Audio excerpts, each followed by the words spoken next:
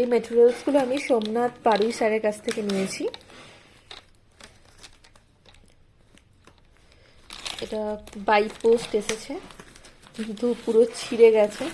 ব্যাপারটা এভাবেই আমি রিসিভ করেছি এখান থেকে।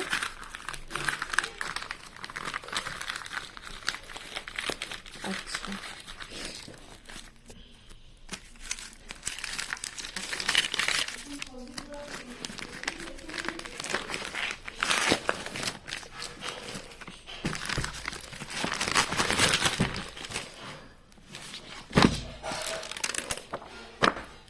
এই মেটেরিয়ালস একটা ইন্ডিয়ান হিস্ট্রি, মিডাইভাল হিস্ট্রি,